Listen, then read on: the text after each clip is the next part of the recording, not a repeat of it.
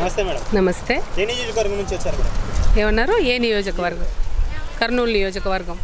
కర్నూలు జిల్లా అంటే మొత్తం 7 నియోజకవర్గాలు ఉంటాయి. కర్నూలు డిస్టిక్ నుంచి వచ్చినాం మేము. ఈ కూటమి వల్ల ఖచ్చితంగా గెలుస్తారంటారా చంద్రబాబు నాయుడు? ఖచ్చితంగా గెలుస్తారు. చంద్రబాబు నాయుడు ఎందుకు గెలుస్తారండి? ఇంతకుముందు 40 ఏళ్ళ కిందట అసలు 40 ఏళ్ళు ఇండస్ట్రీ పెట్టుకొని అసలు ఏం చేయలేదు అభివృద్ధి అని అంటుంది కదా. అవన్నీ ఉట్టి మాటలు. ఇంత ముందుకు చేయలేదు అనేది చేసినవి సగంలో ఆపేసడం వల్ల అలా చేయలేదు అని మిగిలిపోయింది. ఆయన అన్నీ స్టార్ట్ చేశాడు.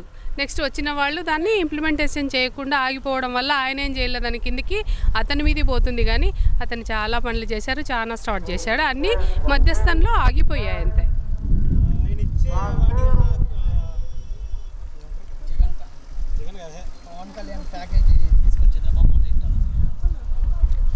పవన్ కళ్యాణ్ ప్యాకేజ్ తీసుకొని చంద్రబాబు మాట వింటున్నాడు కదా.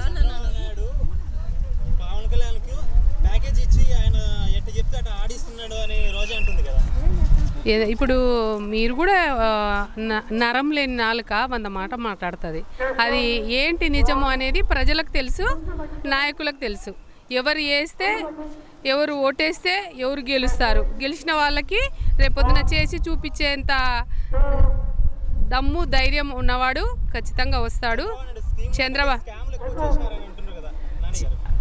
నానిగారు కూడా చాలా చేశారని, నానిగారికి కూడా కొన్ని మాటలు, అతని మాటలు కూడా కొంచెం తొందరపడి మాట్లాడుతూ ఉంటారు అనేది కూడా చాలా ఉంది కదా.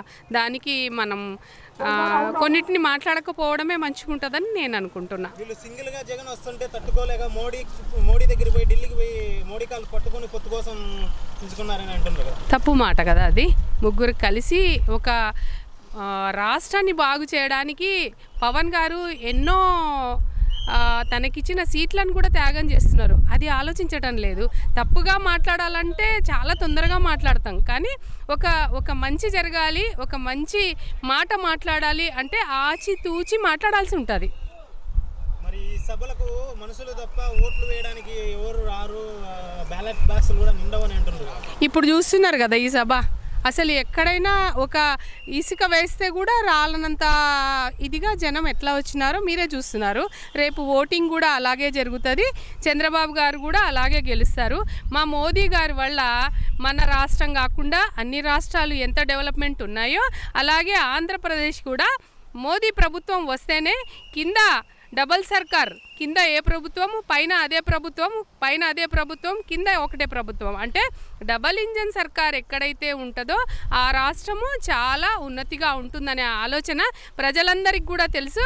ప్రజలు ఖచ్చితంగా సమాధానము ఓటు రూపేణా ఇచ్చి చూపిస్తారు. చంద్రబాబు గారు ఖచ్చితంగా గెలుస్తారు. ఒకవేళ ఈ కూటమి గెలిస్తే సీఎం ఎవరుగా ఉంటారని అంటున్నారు. సీఎం సంగతి ఆలోచన అవసరం లేదు. పదవి వ్యామోహము మా 3 పార్టీలకు లేవు. అసలు ప్రజలు బాగుపడాలి, రాష్ట్రం బాగుపడాలనే యోచనతోనే ఇవాళ అందరూ కలిసికట్టుగా ఒక యూనిట్గా రేపొద్దున ఎలక్షన్లు జరిగేది కూడా అలాగే జరుగుతుంది.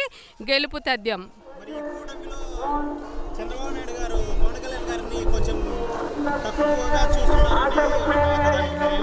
ఏం తక్కువ చేయరు. అందరం ఒక అన్న సమ్ముళ్ళలాగా, సోదరులలాగా భావిస్తున్నారు. అలాంటి నిజంతోనే ఇవాళ కలిసి పనిచేస్తున్నారు. అలాగే ముందు కూడా ఉంటుంది.